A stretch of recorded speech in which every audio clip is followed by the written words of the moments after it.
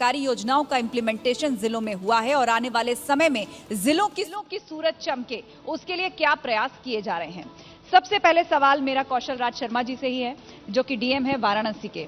कौशल जी, आपके बारे में एक बात की जाती है कि जितने सौम्य आप दिखते हैं, जितने सरल आप दिखते हैं, उतने ही सख्त और बहुत अप टू डेट रहते हैं। मतलब वाराणसी, जिस पर प्रधानमंत्री की भी नजर रहती है, विपक्ष की भी नजर रहती है कि कहीं से कोई कमी दिख जाए, और मीडिया भी गड्ढे ढूंढता है।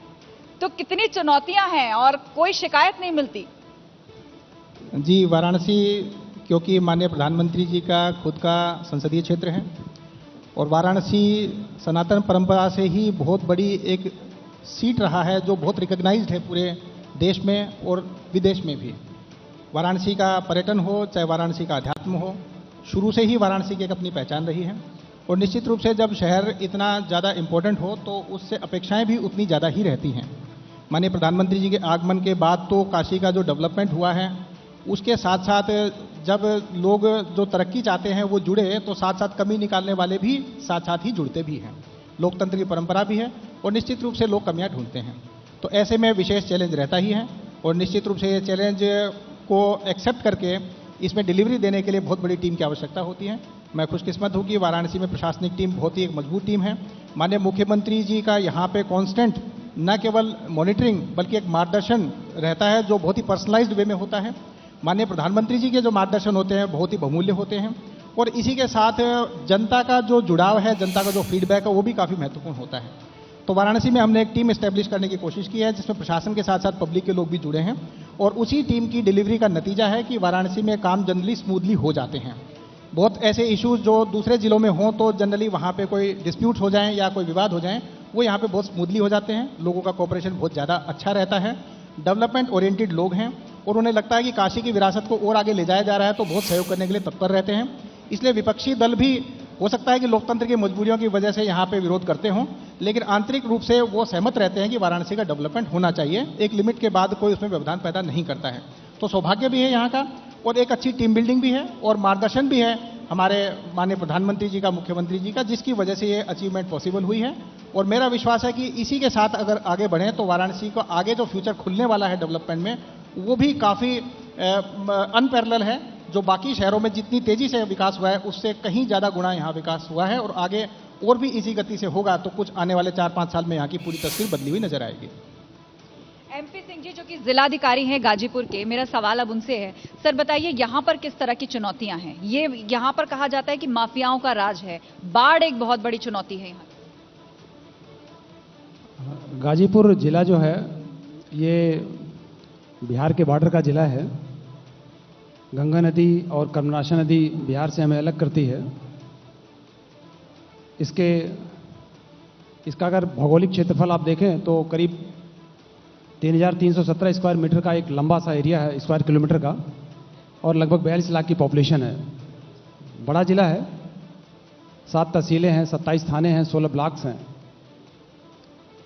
आपने सही कहा कि गाजीपुर का जो पुराना इतिहास रहा है वो बाहर लोग नाम लेने पर शायद बहुत अच्छे रूप में नहीं लेते थे, बट पिछले कुछ सालों में वहाँ की जो आबो हवा है वो बदल चुकी है और जितने भी आपराधिक स्वभाव के व्यक्ति थे, जितने भी अनसोशल एलिमेंट्स थे, उन सब के खिलाफ लगातार कार्रवाइयाँ चल रही हैं और पूर्व में भी काफ़ी कार्रवाइयाँ हुई हैं। आज की डेट में अगर आप वहाँ जाके फीडबैक लेंगी तो आपको इस तरह की कहीं कोई खबर नहीं मिलने वाली है, क्योंकि वहाँ आज की डेट में ऐसा कोई व्यक्ति बचा ही नहीं है जो अपराध करके बच जाए। या तो वो जिला छोड़ चुके हैं, या तो वो जेल के अंदर हैं, या तो सुधर चुके हैं। जिला प्रशासन का प्रयास है कि वहाँ अमन चैन बना रहे और सारे लोग लोकतांत्रिक तरीके से अपने अधिकारों का इस्तेमाल करें। माफियाओं से जुड़ा हुआ सवाल मेरा मनीष कुमार जी आपसे है, क्योंकि आप जौनपुर के जिलाधिकारी हैं और यहां पर भी माफिया राज रहा है। तो कितनी चुनौतियां सरकारी योजनाओं को जमीन पर उतारने में आपको इस लिहाज से महसूस हुई या होती हैं आज भी? जौनपुर के बारे में जो आपने बताया है, पिछले कुछ सालों में अगर देखा जाए तो परसेप्शन बहुत ज़्यादा बदला है और सरकारी योजनाओं के क्रियान्वयन में कहीं पे भी किसी भी माफिया का इंटरवेंशन या कोई माफिया राज न देखने को मिला है, न ऐसा हुआ है। उल्टा अगर हम देखें तो विकास की बहुत सारी योजनाएं ज़मीनी स्तर पर पिछले कुछ सालों में उतरी हैं और जो अच्छी बातें हैं जौनपुर की वो भी सामने आई हैं। एक चीज़ मैं आपको बताना चाहूँगा, जौनपुर भले ही आपने माफिया के बारे में बताया कि माफिया राज वहाँ पे चलता होगा, लेकिन पूरे प्रदेश में सरकारी व्यवस्था में जितने भी सरकारी अधिकारी हैं, अगर उनका परसेंटेज हम लोग निकालें तो मुझे लगता है कि पूरे प्रदेश में जौनपुर सबसे ऊपर होगा। हमारे यहाँ जौनपुर से चाहे वो आईएएस अधिकारी हों, चाहे पीसीएस अधिकारी हों या किसी भी विभाग के अधिकारी हों, हर जगह पे जौनपुर के लोग शिक्षा के क्षेत्र में बहुत आगे हैं। इंडस्ट्री के क्षेत्र में भी भले ही हमारे यहाँ पे इंडस्ट्रियलाइजेशन कम है, लेकिन अगर हम देखें तो महाराष्ट्र में और कई अन्य प्रदेशों में जौनपुर के लोगों ने बहुत अच्छा नाम कमाया है और बहुत अच्छी इंडस्ट्रीज़ वगैरह उन्होंने लगाई हैं, जिसका लाभ हमें जौनपुर के लोगों को भी मिलता है। जो सबसे बड़ी समस्या मुझे नज़र आती है जौनपुर में, वो जाहिर सी बात है कि एक बहुत बड़ा रूरल डिस्ट्रिक्ट है। लगभग 53-54 लाख की इस समय पॉपुलेशन होगी हमारे यहाँ की। एक बड़ा रूरल डिस्ट्रिक्ट है तो डेवलपमेंट का बहुत स्कोप है। गरीबी थोड़ी सी ज़्यादा है, ज़मीन लैंड होल्डिंग्स, लैंड डिस्प्यूट्स थोड़े ज़्यादा रहते हैं और माइग्रेशन एक बहुत बड़ी समस्या है, क्योंकि बहुत सारे लोग हमारे यहाँ से महाराष्ट्र में और अन्य प्रदेशों में रोजी रोटी की कमाई के लिए जाते हैं।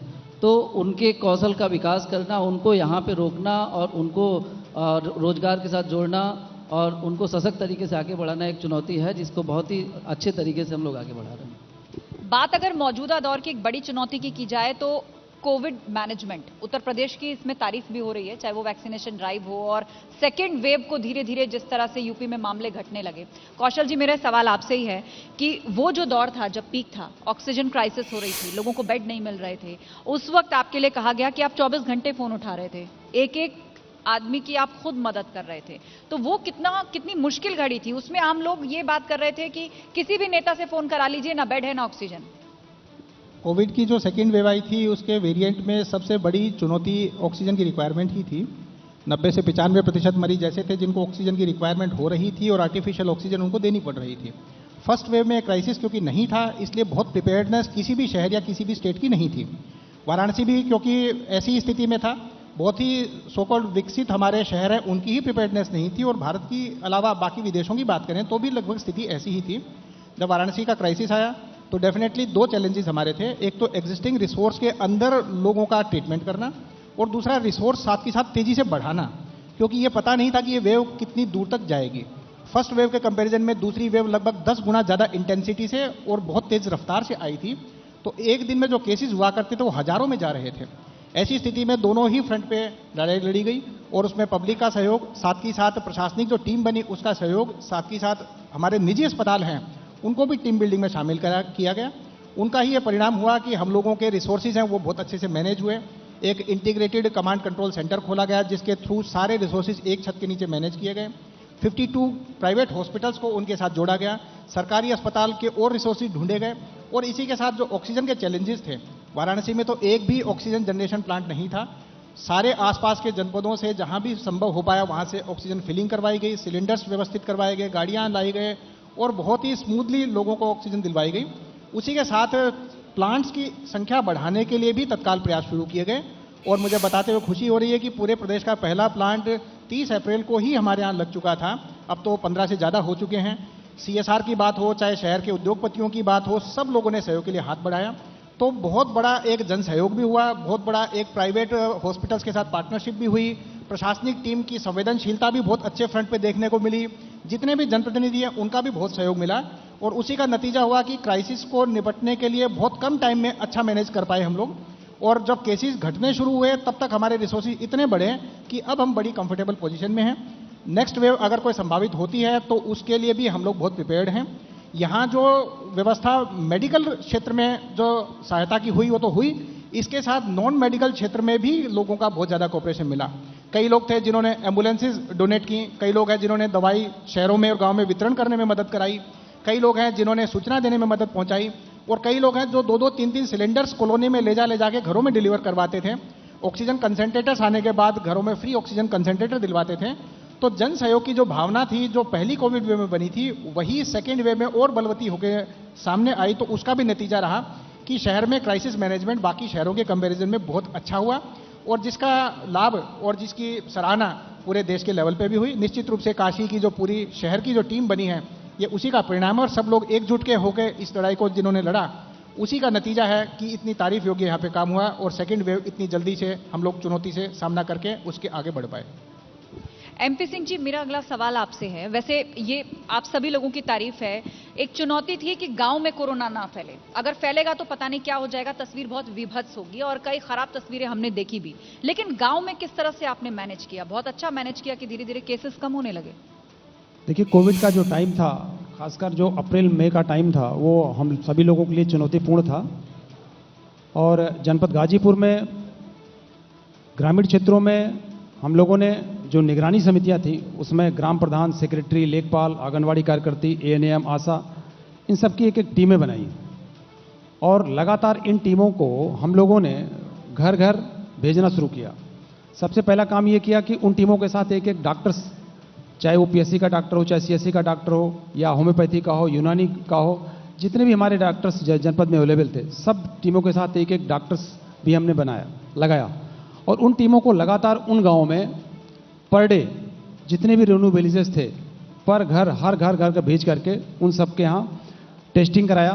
टेस्टिंग के बाद जितने भी ऐसे सिम्टोमेटिक केसेस मिले उन सबको दवाओं का वितरण कराया और लगातार हम लोग सुपरविजन में रहे कि अगर कोई व्यक्ति पॉजिटिव आ जाए तो वो होम आइसोलेशन में हो जाए, अगर उसकी स्थिति ठीक ना हो तो हम लोग हॉस्पिटलाइज करा दें, क्योंकि हॉस्पिटल्स में बेड्स की व्यवस्था हम लोगों ने इतना कर रखी थी कि कोई दिक्कत नहीं आ रही थी। जो भी साधारण मरीज थे वो सब गाजीपुर में एडजस्ट हो जा रहे थे, कोई परेशानी नहीं थी। हाँ, अगर कोई थर्ड लेवल या इसके ऊपर का केसेस था तो फिर वो बनारस या फिर लखनऊ जैसे बड़े सेंटरों में भेजा जाता था। बट हम लोगों का प्रयास ये था कि जो हमारी टीमें थी वो लगातार गांव में चक्रमण करती रहे और गांव-गांव में ग्राम पंचायत की अध्यक्षता में जो निगरानी समितियां हम लोगों ने बनाई राज्य सरकार के निर्देश पर, वो कामयाब रही और उन टीमों के माध्यम से न केवल टेस्टिंग कराई बल्कि हम लोगों ने दवाओं के किट्स भी वितरण कराए। तो उससे एक लगाम लगा, एक कंट्रोल हुआ, एक नियंत्रण पाने में प्रशासन को मदद मिली और लोगों ने भी काफ़ी कोऑपरेट किया। लेकिन जो अप्रैल का महीना था वो हम लोगों के लिए बहुत चुनौती भरा था, क्योंकि उस समय केसेस इतने ज़्यादा आ रहे थे कि ऐसे लग रहा था कि बिल्कुल लोग बहुत ज़्यादा परेशानी में। हाँ, परेशानियाँ थोड़ी सी ऐसे थी कि लोगों को जानकारियाँ कम थी। उस समय लोगों को अवेयर करना, लोगों को बताना, लोगों को परेशानी होने से बचाना, ये भी एक हम लोगों के लिए चुनौती भरा कार्य था और इसमें हम लोगों ने प्रयास किया अपनी चिकित्सीय टीमों के माध्यम से, अपनी प्रशासनिक टीमों के माध्यम से, अपनी जिला प्रशासन की अन्य टीमों के माध्यम से और गांव के लोगों के माध्यम से, जनप्रतिनिधियों के माध्यम से। मनीष कुमार जी, यही सवाल आपसे भी कि गांव के लिए कहा जा रहा था कि वहां तो ढंग से पैरासिटामॉल्स भी नहीं है, कौन सी लैब होगी, कब टेस्ट रिपोर्ट आएगी, तो उस सब को कैसे आप लोगों ने मैनेज किया? अभी जैसा जिलाधिकारी गाजीपुर ने बताया, मैं उसको रिपीट नहीं करूंगा, लेकिन ये जो सरकार के निर्देश थे, शासन के निर्देश थे कि हमें 3 चीज़ों पर फोकस करना था, टेस्टिंग पे, ट्रैकिंग पे और ट्रीटमेंट पे। इसी स्ट्रैटेजी के तहत हम लोगों ने काम किया और जैसा आप सभी जानते हैं अप्रैल का महीना और मई का जो पहला हाफ था उसमें केसेस बहुत तेज़ी से आगे बढ़े थे और उस समय शायद हर गांव में एक साथ टेस्ट कराना और उनको ट्रैक करना मुश्किल था।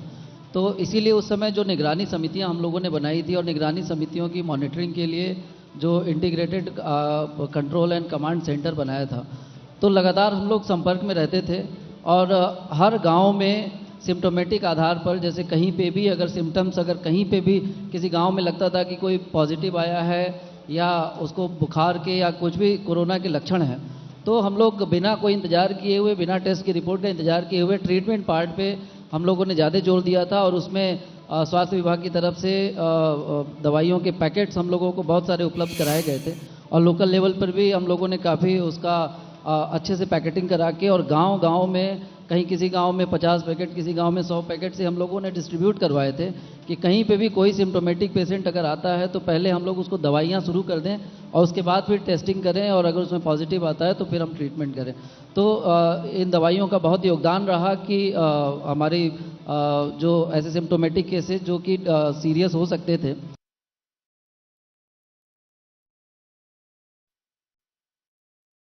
लगभग जब पीक टाइम चल रहा था कोरोना का, तो उस समय जौनपुर में हम लोग 12 से 13 हज़ार टेस्ट पर डे कर रहे थे, RT-PCR और एंटीजन मिला के। तो इतनी बड़ी संख्या में अगर हम टेस्ट कर रहे थे तो जहाँ पे पॉजिटिविटी थी वहाँ से हमें ज़्यादा केसेस मिलते थे, तो उन एरियाज़ में हम लोग और ज़्यादा फोकस करके और अपने रिसोर्सेज को मोबिलाइज करके और हमारे जो भी हॉस्पिटल्स वगैरह थे उनका ज़्यादा से ज़्यादा यूज़ करके हम लोगों ने इसको कंट्रोल किया था। 2022 में विधानसभा चुनाव आने वाले हैं। ये चुनावी साल है और उसमें बहुत ज़रूरी हो जाता है कि सरकारी योजनाएं जो हैं वो पूरी तरह से लागू हों और ग्राउंड पर उसका आउटपुट और इम्पैक्ट नजर आए, क्योंकि जनता अब वोट देने जाएगी। और उसी में से एक महत्वपूर्ण योजना है सरकार की ODOP, क्योंकि एक्सपोर्ट बढ़ाना है, एम्प्लॉयमेंट जनरेट करना है। तो उस दिशा में क्या काम वाराणसी में हो रहे हैं? ODOP में वाराणसी में सिल्क का जो कार्य है वो चयनित हुआ है और माननीय मुख्यमंत्री जी की प्रेरणा से उत्तर प्रदेश में ODOP अपना एक विशेष निश्चित स्थान पूरे देश में बना चुका है। अब तो एक्सपोर्ट्स में भी भागीदारी ODOP की बहुत तेज़ी से होने लगी है। ODOP जैसे ही चयनित हुआ था, माननीय प्रधानमंत्री जी की प्रेरणा से यहाँ पे इंक्यूबेशन सेंटर्स, जो कॉमन फैसिलिटेशन सेंटर्स होते हैं, उनके लोन की सैंक्शनिंग, उनके क्लस्टर्स की डेवलपमेंट, उनकी मार्केटिंग की सपोर्ट और उसके साथ साथ हमारे डिज़ाइन एंड पैकेजिंग इंस्टीट्यूट के माध्यम से ट्रेनिंग कि कैसे उनके प्रोडक्ट पैकेजिंग किए जाएं, कैसे उनकी मार्केटेबिलिटी बढ़ाई जाए, कैसे उनको एक्सपोर्ट मार्केट में उतारा जाए, उनकी पैकेजिंग की ट्रेनिंग्स, ये सारी सॉफ्ट स्किल्स जो हैं वो इस हैंडीक्राफ्ट के क्षेत्र में उपलब्ध कराई गई।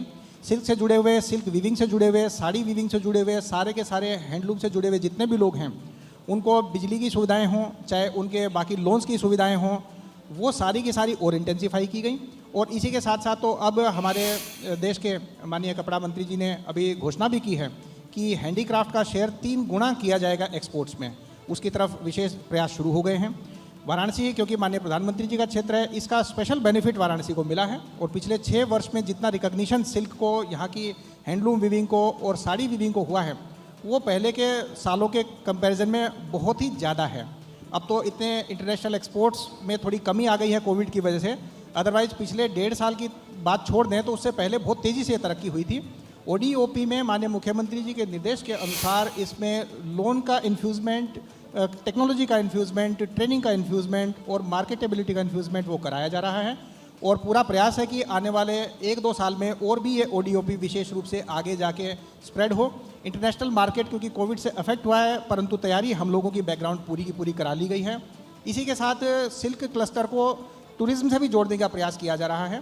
यहाँ टूरिज्म के स्पेशल प्रोजेक्ट्स बना के भेजे गए हैं जिसमें इन लोगों के रहने वाले क्लस्टर्स को हम लोग इन जनरल डेवलप कर सकें, जहाँ टूरिस्ट आके घरेलू वीविंग्स देख सकें, जो एक्सपोर्टर है या जो बायर है वो खुद भी आके यहाँ पे देख सकें। उनके टूरिज्म के पैकेजेस हैं वो बनवाए जा रहे हैं ताकि टूरिज्म के माध्यम से भी हैंडलूम को लिंक किया जा सके। उसके साथ साथ जो छोटे छोटे इश्यूज़ आते हैं, चाहे वो इंडस्ट्री से जुड़े हुए हों, चाहे NOC से जुड़ी हुई चीज़ें हों, वो सारी की सारी पूरी कराई जाती हैं। भारत में जो आत्मनिर्भर भारत और मेक इन इंडिया है, उनके प्रोग्राम्स के अंतर्गत कोविड में फर्स्ट वेव में बहुत ज़्यादा लोनिंग करवाई गई है ताकि आत्मनिर्भरता ODOP के क्षेत्र में आए। पूरा प्रयास किया जा रहा है कि इस क्षेत्र को बहुत अधिक और डेवलप करा के हम लोग सिल्क को तो एक नई ऊंचाई पे लेके ही जाएं, साथ ही साथ दूसरे प्रोडक्ट्स जो वाराणसी के हैंडलूम के हैं, जिसमें लकड़ी के खिलौने हैं, जिसमें स्टोन की कार्विंग है, जिसमें मेटल डिपोजिंग है, उनको भी ODOP में लाते हुए 2nd, 3rd और 4th प्रोडक्ट की तरह डेवलप करवा सकें। तो जैसे ही स्टेट की योजना इन 2nd, 3rd प्रोडक्ट्स के लिए शुरू होती है, हमने उनकी भी तैयारी शुरू करा दी है। तो निश्चित रूप से यहाँ के हैंडलूम से जुड़े हुए, साड़ी वीविंग से जुड़े हुए जो आर्टिजन्स हैं, उनके परिवार हैं, उनको सीधा सीधा लाभ इसका पहुँचा है और नई ऊंचाई पर ले जाने की हमारी पूरी तैयारी है। माननीय प्रधानमंत्री जी, मुख्यमंत्री जी के निर्देशन में जो काम है और जो उनकी प्रेरणा है, उनके माध्यम से हम और भी ज़्यादा ऊंचाई पर उसको लेके जा रहे हैं। MP सिंह जी, गाजीपुर के परिप्रेक्ष्य में अगर हम जानना चाहें तो यहाँ पर कोई पोटेंशियल, कोई इनिशिएटिव अभी तक ऐसा हुआ है, कुछ ऐसा नजर आता है कि जो ODOP के लिए जिसकी संभावनाएं हो या गाजीपुर को एक नई पहचान दे सके? देखिए, इस समय ODOP के अलावा भी, ODOP के तहत तो हम लोग प्रयास कर ही रहे हैं, इसके अलावा सरकार, केंद्र सरकार या राज्य सरकार की जो विभिन्न योजनाएं चल रही हैं उसमें लोन देने का भी प्रावधान है, चाहे प्रधानमंत्री मुद्रा कोष हो, PM स्वनिधि योजना हो, ऐसी अन्य कल्याणकारी योजनाएं चल रही हैं। कितने लोगों ने जौनपुर में ऑन एन एवरेज अभी तक अप्लाई किया है लोन्स के लिए, या इनिशिएटिव्स लोगों ने लिए हैं, एंटरप्रेन्योरशिप में लोग अपना रुझान दिखा रहे हैं, ऐसा हुआ है? लोन एक ऐसा माध्यम है, क्योंकि कोई भी बेरोजगार व्यक्ति, उसको कोई भी योजना, कोई भी कार्य करने के पहले उसको धन की आवश्यकता होती है। तो धन उसको कहाँ मिलेगा? बेरोजगार है व्यक्ति, तो निश्चित रूप से रोजगार संचालित करने के लिए, रोजगार क्रिएट करने के लिए, रोजगार चलाने के लिए उसे धन की आवश्यकता होती है। इसके लिए राज्य सरकार ने या केंद्र सरकार ने जो भिन्न भिन्न प्रकार की योजनाएं चलाई हैं, उसमें उन्हें लोन दिए जाने का प्रावधान है। हम लोग प्रयास ये करते हैं कि उन योजनाओं के तहत उस व्यक्ति को हम लोग जल्दी से जल्दी लोन करा करके उसका रोजगार सृजन करा जाए। और ये एक बहुत बड़ा काम है, क्योंकि आजकल बहुत सारे युवा हैं जो सरकारी नौकरी नहीं पा रहे हैं, क्योंकि सरकारी नौकरी के संसाधन सीमित हैं, संख्या सीमित है। तो बहुत सारे ऐसे युवा पढ़े लिखे लोग हैं जिनको नौकरी के लिए, रोजगार सृजन के लिए धन की आवश्यकता होती है। तो हमारा प्रयास ये है कि उनको जो राज्य सरकार या केंद्र सरकार की योजनाएं हैं उनको हम लोन दिला दें। इसके अलावा ग्रामीण क्षेत्रों में मनरेगा योजना है, वहाँ भी हमारे यहाँ जो कृषक मजदूर हैं उनको भी रोजगार, उसके अंतर्गत हम लोग प्रयास करते हैं कि उन्हें भी रोजगार वहाँ मिलता रहे। कृषि का आपने जिक्र किया। मनीष कुमार जी, अगला सवाल आपसे। इसकी भी जिम्मेदारी आप सभी लोगों के ऊपर है कि उनकी फसलें खरीदी जाएं, और सरकार कहती भी है कि हमने रिकॉर्ड फसलों की खरीदारी की है, लेकिन ग्राउंड पे जो छोटा किसान है उसकी शिकायत है कि जी हमारी तो किसी ने खरीदारी नहीं किया, हमें तो एमएसपी नहीं मिला, या हमारे साथ तो ठगी हो गई, हम फिर से उस दलाली के लूप में फंस गए। तो इसको किस तरह से सुनिश्चित करेंगे कि सरकार ने कहा है कि खरीदारी हो, एमएसपी पर हो, और वो छोटे से छोटे किसान तक पहुंचे?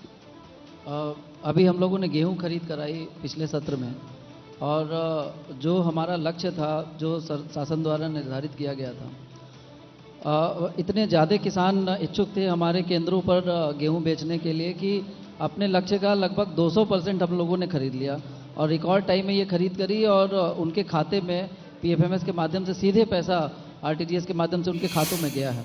तो जो ये डायरेक्ट धनराशि किसानों के खातों में भेजने की जो शुरुआत शासन द्वारा की गई है, और सबसे बड़ी बात है कि इसमें हम लोग प्रत्येक किसान का सत्यापन करते हैं कि वो वाकई किसान है, उसका आधार कार्ड, उसका खतौनी और उसका जो बैंक अकाउंट है वो सारा लेके हम लोग वेरीफाई करके, और उसके बाद उस किसान से खरीदते हैं, उसके खाते में पैसा देते हैं।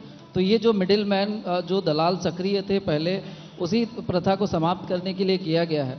और जाहिर सी बात है कि जब इतनी बड़ी संख्या में हम लोगों ने एमएसपी पे गेहूं खरीदा, तो जो किसान लाभान्वित हुए उनको सीधा सीधा सरकार की योजना का लाभ मिला, और यही सरकार का उद्देश्य है। हम लोग लगातार ये प्रयास कर रहे हैं कि जो भी सरकार की योजनाएं खासकर किसानों के लिए आ रही हैं वो सीधे उनको मिले, बिना किसी मिडिल मैन के इन्वॉल्व हुए। एक छोटा उदाहरण मैं दूंगा, जैसे पीएम किसान योजना जो है उसकी अगर हम बात करें, जौनपुर जैसे जनपद में, जहाँ की जो बहुत बड़ा ग्रामीण क्षेत्र है, और हमारे यहाँ पे लगभग 8 लाख से ज़्यादा किसान पंजीकृत हैं जिनको सीधा लाभ हर 4 महीने पर इसमें 2000 रुपये उनके खाते में जाता है। पिछले जब से योजना शुरू हुई है तब से लगभग 900 करोड़ रुपए उनके खातों में जा चुके हैं। ये 900 करोड़ रुपए सीधे हमारे किसानों के खातों में गए हैं, डायरेक्ट सब्सिडी के रूप में, या उनको अपने किसानी को, खेती को आगे बढ़ाने के लिए। तो इस तरह की जो भी योजनाएं हम लोग चला रहे हैं डीबीटी के माध्यम से, उन योजनाओं को सशक्त तरीके से किसानों को हम लोग जागरूक कर सकें, उनको ये बता सकें कि इन योजनाओं का वो सीधे लाभ लें, किसी बिचौलिए के चक्कर में ना पड़ें। इसके अलावा जो टेक्नोलॉजिकल इंटरवेंशन है, जो अन्य जो कृषि वैज्ञानिक हैं, उनकी सलाह होती है कि कैसे किसान अपनी आय दुगनी कर सकते हैं। इस तरह की भी कार्यशालाएं हम लोग आयोजित करते रहते हैं, जिससे कि किसान नए नए तकनीक का यूज़ करके अपनी आय बढ़ा सके। एक इसमें हम लोगों ने प्रयास जौनपुर में किया है कि हमारे जितने 21 ब्लॉक हैं, तो हर ब्लॉक को कृषि के हिसाब से, जैसे कोई ब्लॉक हमारा प्रतापगढ़ बॉर्डर पे है तो वहाँ पे कुछ अलग तरह की खेती होती है, कोई ब्लॉक हमारा इधर आजमगढ़ के बॉर्डर पर तो अलग तरह की खेती होती है। तो हर ब्लॉक के लिए एक एक प्रोडक्ट हम लोगों ने आइडेंटिफाई किया। जैसे अभी आपने ओडीओपी की बात करी, तो हम लोगों ने अपने जनपद में 1 ब्लॉक 1 प्रोडक्ट इस तरह से एक प्रयास किया है। और माइक्रो लेवल पे प्लानिंग की है? हाँ, माइक्रो ग्राउंड लेवल पे हम लोगों ने प्लान किया। तो एक ब्लॉक पे हम लोग केवल मशरूम का उत्पादन कर रहे हैं, एक ब्लॉक में हम लोग केवल केले का उत्पादन कर रहे हैं, एक ब्लॉक में हम लोग मक्के का, मतलब मेजोरिटी वो है, बाकी छोटी मोटी और फसल होती है। उद्देश्य ये है कि हम लोग एक प्रयास करके किसानों की जो आय है उसको दुगनी कर सकें, और किसानों का शोषण न हो, बिचौलिए सक्रिय न हो, इसके लिए शासन प्रशासन सक्रिय रहे। हम लोग सक्रिय रहते हैं। किसानों की समस्याओं को निपटाने के लिए हर महीने एक बार हम लोग किसान दिवस भी मना लेते हैं, जिसमें किसान अपनी समस्याएं सीधे हमारे तक रखते हैं। तो कुल मिला के जिला प्रशासन का पूरा प्रयास रहता है कि किसानों को ज़्यादा से ज़्यादा लाभ सरकारी योजनाओं का मिले और उनकी आय दुगनी हो सके। कौशल जी, वाराणसी की बात करें तो यहाँ हो रहे कामकाज, हर एक गतिविधि पर पीएमओ की नजर रहती है, मुख्यमंत्री के दौरे भी यहाँ पर होते रहते हैं। हर कोई जानना चाहता है कि वाराणसी में हो क्या रहा है, क्योंकि भविष्य के लिए जो बड़ा विजन दिखाया गया है, तो छोटी छोटी बातों को लोग नोटिस करते हैं। तो ये अपने आप में एक स्ट्रेस और एक टेंशन भरी पोस्टिंग भी है। नहीं, स्ट्रेस और टेंशन तो नहीं कहेंगे, लेकिन एक्सपेक्टेशन लोगों की भी रहती है, पॉलिटिकल क्लास जो पॉलिटिकल बॉसेस हैं उनकी भी रहती है, और क्योंकि प्रधानमंत्री जी का तो सीधा क्षेत्र ही है तो डेफिनेटली उनके अधिकारी हैं उनकी भी पूरी मॉनिटरिंग रहती है। माननीय मुख्यमंत्री जी, कोई ऐसा महीना नहीं जाता जिसमें 2 या 3 उनके विजिट ना होते हों। तो निश्चित रूप से एक टीम का परफॉर्मेंस जो है वो बहुत मैटर करता है, और खुशकिस्मती मेरी ऐसी है कि बहुत अच्छी टीम वाराणसी में प्रशासनिक अधिकारियों की मिली है, जनप्रतिनिधि हैं, बहुत ही मोटिवेटिंग है, बहुत पॉजिटिव लोग हैं यहाँ पे। निगेटिविटी कहीं होती है तब स्ट्रेस डेवलप होता है, परंतु अच्छी बात यह है कि सभी गाइडिंग रोल में रहते हैं, कभी भी मॉनिटरिंग और डांट डपट वाली फॉर्म नहीं रहती है, कभी भी किसी प्रकार की नेगेटिविटी माहौल में नहीं आती है। तो पॉजिटिविटी होने की वजह से एक इंकरेजमेंट, मोटिवेशन बना रहता है, और सर्विस करने का यही एक मोटिवेशन है कि अगर उसको लोग पसंद करें, उसको लोग तारीफ करें, तो और से ज़्यादा काम करने की इच्छा होती है। तो उसी भावना के साथ हम लोग काम करते हैं, और मुझे नहीं लगता कि किसी प्रकार का टेंशन या स्ट्रेस है, बल्कि मैं कहूँगा कि ये सौभाग्य है कि ऐसी जगह पे काम करने का मौका मिला है जहाँ पे सीधे देश की नज़र हो और पूरे प्रदेश की नज़र हो। चुनाव अब नजदीक आ रहे हैं, तो ऐसे में हमारी टीम्स भी ग्राउंड्स पर हैं, हम जा जाकर लोगों से बात कर रहे हैं, और खासतौर पर ग्रामीण इलाकों में एक बहुत बड़ा मुद्दा जो निकल के सामने आया वो आवारा पशुओं का भी है। और वो इतना बड़ा मुद्दा इसलिए भी है क्योंकि लोग इस पर चुनावी मूड बना रहे हैं, उनका गुस्सा निकल रहा है। आए दिन एक्सीडेंट होते हैं, कई लोगों और बच्चों की मौतें हो चुकी हैं, फसलों को नुकसान होता है, तो लोग ये कह रहे हैं कि इसके लिए कुछ नहीं किया जा रहा जिला स्तर पे। आप दोनों से मैं इसका जवाब चाहूं। सर पहले आप। देखिए, आवारा पशु पहले काफ़ी संख्या में घूमा करते थे, उनके लिए व्यवस्थाएं नहीं थी, बट वर्तमान समय में ऐसा नहीं है। वर्तमान समय में गौआश्रय स्थल हर जिलों में बन गए हैं, गाजीपुर में भी है। आज की डेट में हमारे यहाँ कुल 30 गौआश्रय स्थल हैं, और अभी आगे 2 और बनने जा रहा है। गवर्नमेंट ने पैसे सैंक्शन कर दिए हैं, पैसा आ भी गया है, निर्माण कार्य शुरू होने जा रहा है। प्रॉब्लम क्या है? प्रॉब्लम यह है कि बहुत सारे लोग ऐसे हैं, जब तक उनकी गाय या भैंस दूध देती है तब तक तो वो रखते हैं, और जिस दिन दूध देना बंद कर देती है उस दिन वो छोड़ देते हैं। अगर उनकी ऐसी समस्या है और वो जिला प्रशासन को बता दें तो शायद जिला प्रशासन तत्काल ऐसे पशुओं को किसी गौआश्रय स्थल में रहने की व्यवस्था बना दे, बट वो बताते नहीं हैं और उन्होंने छोड़ दिया। अब 2, 4, 6, 10, 20, 50, 100 कहीं छोड़ दिया उन्होंने, कई लोगों ने छोड़ दिया, देखा एक दूसरे ने छोड़ा, और छोड़ते छोड़ते जब वो संख्या बढ़ जाती है तो फिर लोग शिकायत करते हैं कि साहब ये देखो यहाँ बहुत भारी संख्या में पशु आवारा घूम रहे हैं। आवारा पशु कहीं बाहर से नहीं आते हैं, वो स्थानीय लोगों के ही होते हैं जी। तो इस बारे में मेरा लोगों से भी अनुरोध है कि इस तरह से न करें। यदि दुधारू पशु आपने जब तक दूध दिया, जब तक उनसे लाभ मिलता रहा, तब तक तो आपने अपने पास रखा, बट जिस दिन आपको लगा कि नहीं आपके लिए यूजलेस हो गए हैं तो उनको आप या तो किसी ऐसे व्यक्ति के हाथ में दे दीजिए जिसके लिए उपयोगिता हो, या आप जिला प्रशासन को बताइए, पशुधन विकास को बताइए, हम जिला प्रशासन वहाँ कहीं न कहीं किसी गौआश्रय स्थल में रखने की व्यवस्था कर देगा, फिर आवारा पशुओं की समस्या दूर हो जाएगी। फिर भी हम लोग ये प्रयास कर रहे हैं, जैसे हमने गाजीपुर में प्रयास किया है कि अगर इस तरह के पशु कहीं दिखते हैं तो सबसे पहले हम पता कराते हैं कि पशु किसके हैं। अगर पता चल जाता है तो उनसे पूछते हैं, उसका कारण पूछते हैं, और अगर जेन्युइन कारण नहीं मिला तो निश्चित रूप से हम उन्हें सचेत भी करते हैं कि आप फ्यूचर में ऐसा ना करें। और अब जैसे कस्बा है, कोई नगर है, कोई बाजार है, वहाँ के लिए हम लोग कैटल कैचर्स की भी व्यवस्था बना रहे हैं, खरीद रहे हैं कि अगर इस तरह से कोई ऐसे जानवर हैं जो सड़क पे बैठा हुआ है, गंदगी भी कर रहा है, उसका कोई केयर टेकर नहीं है, उसका कोई मालिक नहीं है, तो ऐसे जानवरों को हम लोग यथास्थान रख सकें। इसमें जन सहभागिता भी बहुत जरूरी है और हम लोग प्रयास कर रहे हैं कि लोग इसमें सहयोग दें और उनके लिए यूजलेस हो चुके पशु इस तरह से सड़कों पर न छोड़ें। मनीष जी, अगला सवाल यही, क्योंकि अब हमारा जो सेशन है वो खात्मे की तरफ बढ़ रहा है कि अब चुनाव आने वाले हैं, कोई एक ऐसी योजना है जिसको इम्प्लीमेंट कराकर आउटपुट देने की का प्रेशर है, क्योंकि सरकार अब चुनाव में जाएगी, उसने कुछ वायदे किए हैं, उन योजनाओं से संबंधित वो भी जनता के सामने रिपोर्ट कार्ड रखे।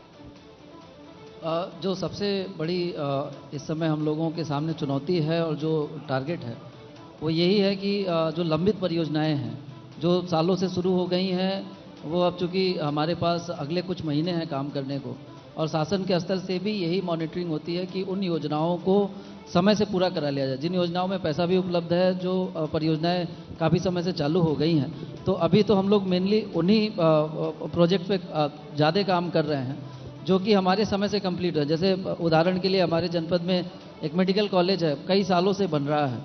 हम लोग का ये लक्ष्य है कि वो इस साल से वहाँ पे कक्षाएं शुरू हो जाएं, एडमिशन शुरू हो जाए। इसी तरह के बहुत सारे प्रोजेक्ट्स हम लोगों ने अपने जनपद में चिन्हित किए हैं, जो मेजर इंफ्रास्ट्रक्चर प्रोजेक्ट हैं या माननीय मुख्यमंत्री जी की घोषणा में है या शासन की अन्य जो योजनाएं हैं उनमें है।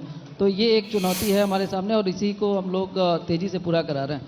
दूसरा, अगर हम लाभार्थी परक योजनाओं की बात करें और लोगों की शिकायतों के निस्तारण की बात करें, तो ये भी एक लक्ष्य हमारे सामने है कि जो भी सरकार द्वारा योजनाएं, बहुत ही जो प्रोजेक्ट जो चल रहे हैं, चाहे वो पीएम किसान हो या अन्य जो भी लाभार्थी परक योजनाएं हैं, उनमें कोई भी लाभार्थी छूटे ना। उन लाभार्थियों को चिन्हित करके, जो सबसे गरीब व्यक्ति है उसको हम लोग चिन्हित करके उनको अपनी एक एक योजनाओं से व्यक्ति जोड़ें तक और लाभ उसका लाभ पहुंचे, दें। चाहे शहर हो या गांव। जी हाँ। आप सभी लोगों का बहुत शुक्रिया। शुभकामनाओं के साथ जनता की उम्मीद आप ही लोगों से है और जनता यही चाहती है कि हम जब अधिकारी के पास जाएं तो न केवल वो हमारी शिकायत सुने बल्कि उनका निस्तारण भी जल्द से जल्द करें। बहुत बहुत धन्यवाद आप सभी लोगों का।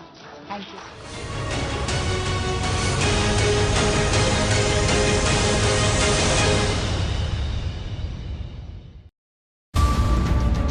2022